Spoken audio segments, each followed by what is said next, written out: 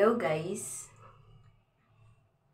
For today's video, ituturo ko sa inyo yung isang application kung saan ako nag-aaral ng Korean language.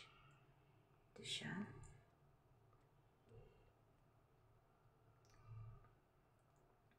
Okay guys, meron siya ditong iba't ibang uri ng language na pwede mong pag-aralan. Yan. Ang akin ngayon pinag-aaralan ay Korean. Nag-aaral din ako ng Chinese, Spanish, Hawaiian, Japanese. Pero mga beginning ko pa lang yan.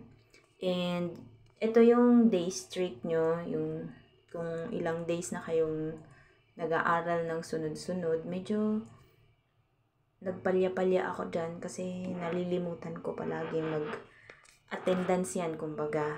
Tapos, dito naman, yung rank mo, kung pang ilan ka sa magagaling, na yan. Pero okay lang kahit di ka dyan, basta magpursige ka lang dito sa pag-aaral. Ako ay nasa na ako, describe your outfit, use the past tense. Ito yun. So, mag-start na tayo mag-aral, guys. Sugot means, underwear.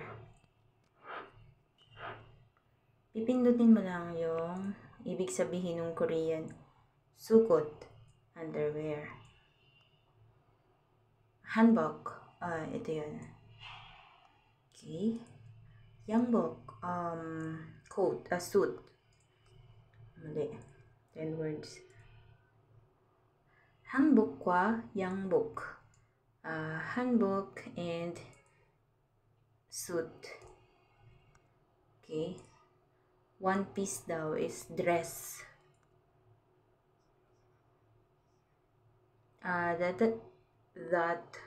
jo means that, and 여자가 a woman. 하얀 means white. One piece dress. 입어요 wears. Okay, that woman wears a dress. Okay. Over there. Okay. 조. Okay. Coat. Symbol. Coat and shoes. 수굿과 끝. 이 검은 끝은 아주 무거워요. This black coat is very heavy. Which length do you like? 길이.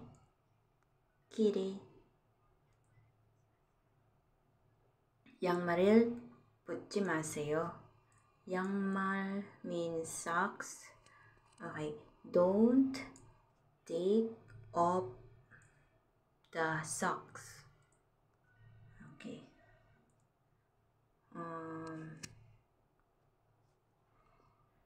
또서 코트를 벗어요. Because it's hot, I take off the coat. 딸. 닦다. 양복 길에 좀 take off 붙다. 진짜 정말 one piece 운동화 쿨하니 인살다 돌립 진짜 안 가네. That woman over there wears a white dress. Okay, kuha ko na yan. Okay, happy learning guys. It's fun and useful. So, madali kang matututo and napaka-useful ng application na to. Kung hindi ka pa marunong at beginners ka pa lang sa Korean language, meron sila dito kung paano mo pag-aaralan ang kanilang mga Hangul or Korean alphabet. Like this one is ya, o, yo, u, yu, i, ye,